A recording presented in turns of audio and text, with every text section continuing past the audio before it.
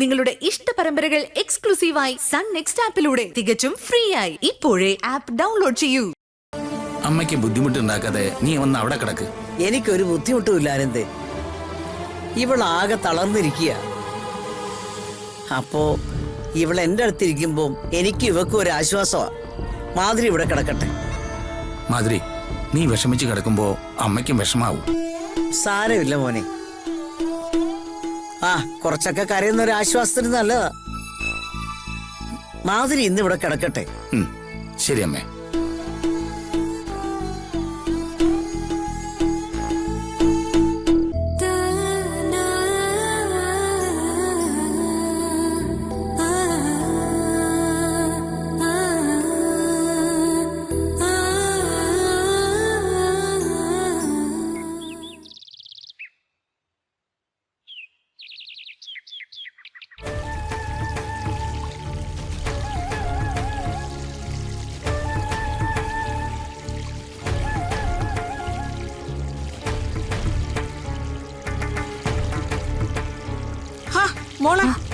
മോള് അടുക്കള കയറിയോ?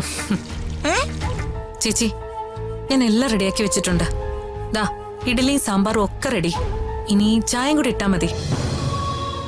എന്താ ചേച്ചി അന്തം വിട്ട് നോക്കുന്ന എന്നെ ആദ്യം കാണുന്ന പോലെ? അല്ല മോളെ, അർജുൻ മോൻ ഇങ്ങനൊരു അവസ്ഥയിലായതിനു ശേഷം വലിയ വിഭവങ്ങളൊന്നും വേണ്ടെന്നല്ലേ മാധുരി മോള് പറഞ്ഞിട്ടുള്ളത്. ആനന്ദ് സാർ മിക്കപ്പോഴും പുറത്തുനിന്ന് കഴിക്കും. മാധുരി മോളും ചടങ്ങിന് വേണ്ടി എന്തെങ്കിലും കഴിക്കും. ഒരുമിച്ചിരുന്ന് ആഹാരം കഴിക്കുന്നത് പോലുമില്ല. ഇതുവരെ ഇല്ല. പക്ഷെ ചേച്ചി, ഇന്നു മുതലൊക്കെ തുടങ്ങുക. ഞാൻ എല്ലാരെയും വിളിക്കാം. മധുവന്റെയും അച്ഛനെയും അമ്മയും ഒക്കെ ഡൈനിങ് ടേബിളിന് ചുറ്റും വട്ടം കൂടിയിരുന്ന് വർത്താനവും പറഞ്ഞ് നമ്മൾ ആഹാരം കഴിക്കും. മോള് പറയുന്നൊന്നും എനിക്ക് മനസ്സിലാകുന്നില്ല. പെട്ടെന്ന് ഇങ്ങനെ തോന്നാൻ കാരണം എന്താ? ചേച്ചി, ഈ വീട്ടില് നമ്മൾ എല്ലാവരും ഇപ്പൊ ഉറക്കം തൂങ്ങി കഴിയാ. മൂകതയായി വീട്ടില്. അതുകൊണ്ട് തന്നെ എല്ലാവരുടെയും ഉന്മേഷമൊക്കെ പോയി അല്ലേ? സത്യമല്ലേ? അർജുൻ മോനില്ലാത്ത വീട് അങ്ങനെയായി പോവല്ലോ. പാടില്ല, അങ്ങനെ ആവാൻ പാടില്ല. നമ്മള് കരഞ്ഞോണ്ടിരുന്നാ പിന്നെ അതിനെ സമയമുണ്ടാവും. അങ്ങനെ നമ്മുടെ തലച്ചോറിൽ പുതിയതായിട്ട് ഒന്നും തോന്നില്ല. ഇപ്പൊ നമുക്ക് അജുവേട്ടനെ ജയിലിൽ നിന്ന് ഇറക്കണം. കരഞ്ഞു വിളിച്ച് വീട്ടിലിരുന്ന അജുവേട്ടന്റെ കാര്യങ്ങൾക്ക് പുറകെ പോവാൻ ബലം കിട്ടില്ല അല്ലേ? അത് സത്യ. നമ്മൾ നല്ല ഉത്സാഹത്തോടെ ഇറങ്ങിയാലേ ഏത് കാര്യവും വിജയിക്കൂ അല്ലേ? അതും നേരെ. അജുവേട്ടന്റെ കാര്യത്തിൽ ഒരു ബലം കിട്ടണമെങ്കിൽ ഉന്മേഷത്തോടെ ഇരിക്കണം. അപ്പോഴേ വിചാരിക്കുന്ന രീതിയിൽ കാര്യങ്ങൾ പോവും അല്ലേ? ഇതിനൊക്കെ അപ്പൊ ആദ്യം എന്ത് വേണം? നമ്മൾ പോസിറ്റീവായിട്ടിരിക്കണം. വിഷമങ്ങളൊക്കെ മറക്കണം.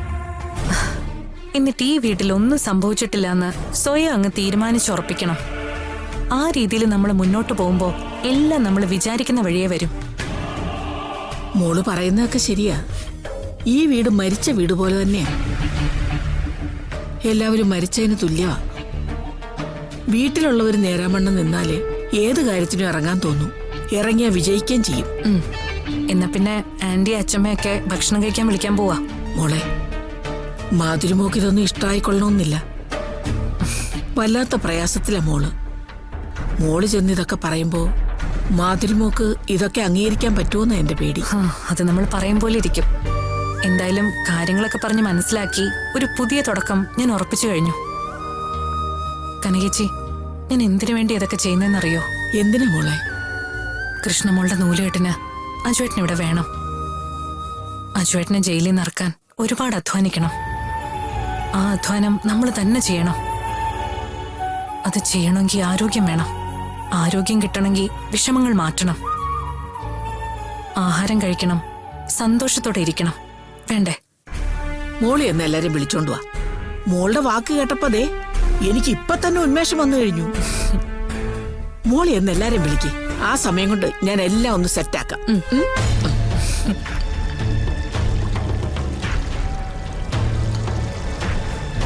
മധുവന്റി,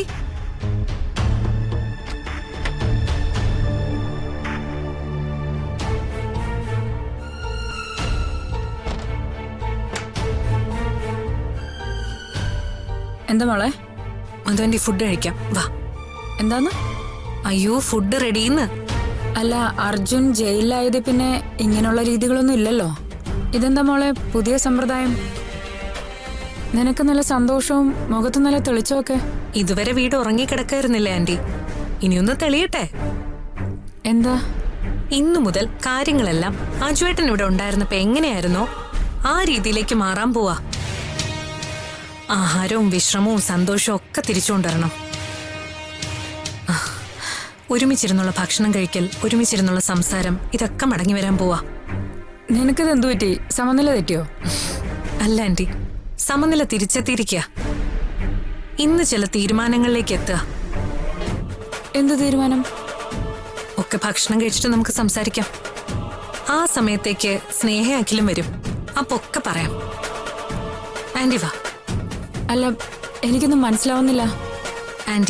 ആന്റിക്കൊക്കെ മനസ്സിലാവും. വന്നേ, വാ.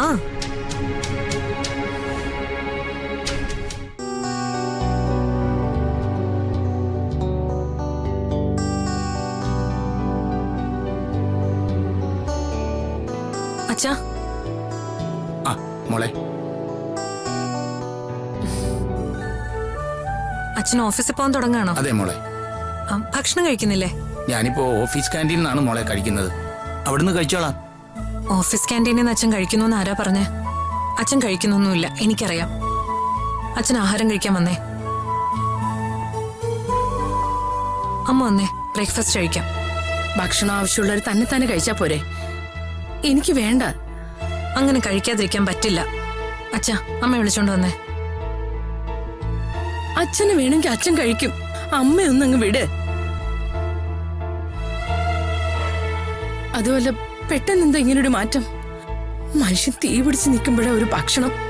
തീ പിടിച്ച് നിൽക്കുമ്പോഴാ അമ്മ ഭക്ഷണം കഴിക്കേണ്ടത്. മോള് ചെല്ലേ, ഞാൻ ഓഫീസിൽ പോയിട്ട് കഴിച്ചോളാം. അതൊന്നും വേണ്ടച്ചാ, ഇവിടുന്ന് തന്നെ കഴിച്ചാ മതി. അമ്മ വന്നേ, ഞാനാ വിളിക്കുന്നത്. വന്നേ. ഒന്ന് മാറി നിക്ക് പൂജ. കുറച്ചു നേരമായിട്ട് ക്ഷമിച്ചിരിക്കുക. മര്യാദക്ക് പറഞ്ഞില്ലേ എനിക്ക് വേണ്ടാന്ന്? പിന്നെ നീ എന്തിനാ ഇങ്ങനെ കളിയാക്കുന്നേ? മോളെ, ദയവായി പറയുന്നൊന്ന് മനസ്സിലാക്ക്. എനിക്കിപ്പോ ആഹാരം വേണ്ട. ഇപ്പൊ തന്നെ വേണം. അമ്മ വന്നേ. ഭക്ഷണം കഴിക്കണ്ട, അവിടെ വന്ന് ഇരുന്നാ മതി. എനിക്ക് കുറച്ച് കാര്യങ്ങൾ പറയാനുണ്ട്. മാതിരി ചെല്ലേ, അവിടെ ഇരുന്നാ മതി. ആഹാരം കഴിക്കണ്ടെന്നല്ലേ മോള് പറയുന്നത്? നമുക്ക് അങ്ങോട്ട് പോവാം. എന്നെ ഇങ്ങനെ കൊല്ലാക്കൊല ചെയ്യാതെ. ദേഷ്യം വന്നാ എങ്ങനെയാ പ്രതികരിക്കുന്നതെന്നൊന്നും എനിക്ക് പറയാൻ പറ്റില്ല. അമ്മ എന്നെ തല്ലിയാലും കൊന്നാലും സാരമില്ല. ഞാൻ അമ്മയും കുട്ടിയെ പോവും. അമ്മ വന്നേ. വാ അമ്മ, പ്ലീസ് എണീക്ക്. മോളെ പറയുന്നൊന്ന് കേക്ക്. ഇല്ല, കേൾക്കില്ല. എണീക്ക് അമ്മ. വാ, വന്നേ. അച്ഛനും വാ, വാ, നടക്ക്.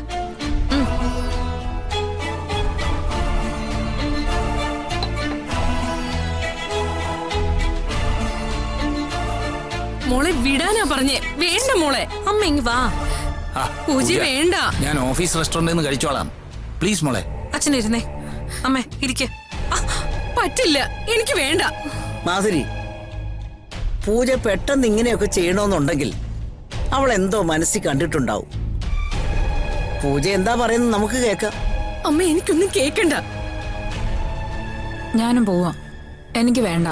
എന്നെ ബലം പ്രയോഗിച്ച് കൊണ്ടുവന്നാ. എല്ലാരും ഇങ്ങനെ വാശി പിടിച്ചാലോ? നമുക്കിവിടെ ഇരിക്കാം. ആ, കഴിക്കുന്നില്ലെങ്കിൽ വേണ്ട. അതേ മാതിരി മോളെ, പൂജമോൾ ഏതാണ്ടൊക്കെ തീരുമാനിച്ചിട്ടുണ്ട്. രാവിലെ ഞാൻ അടുക്കളയിലെത്തിയപ്പോ അതിശയിച്ചു പോയി. അവിടെ പൂജമോൾ ഓരോ ഒരുക്കങ്ങളൊക്കെ നടത്തുക. ഞാനപ്പോ പരിഭവം കാണിച്ചു. അപ്പൊ മോൾ എന്നോട് ഒരുപാട് കാര്യങ്ങൾ പറഞ്ഞു. അത് കേട്ടപ്പോ എനിക്ക് സന്തോഷായി. ഞങ്ങൾക്കും അങ്ങനെ സന്തോഷത്തിന് കുറവൊന്നുമില്ല. മാതിരി, എന്തായാലും നമുക്ക് ഇരിക്കാം. അമ്മ പറഞ്ഞ പോലെ കഴിക്കണോ വേണ്ടയോന്ന് പിന്നെ നമുക്ക് ആലോചിക്കാം. എന്റെ മോൻ അവിടെ ഏത് അവസ്ഥയിലാണെന്ന് പോലും അറിയില്ല. ആ സാഹചര്യത്തിൽ നമ്മൾ ഇവിടെ ആഘോഷം പോലെ ഭക്ഷണമൊക്കെ കഴിച്ചു. അമ്മ പറയുന്നതെല്ലാം ഞാൻ കേട്ട് നിൽക്കുമായിരുന്നു. ഇനി ഞാനൊന്ന് പറയട്ടെ.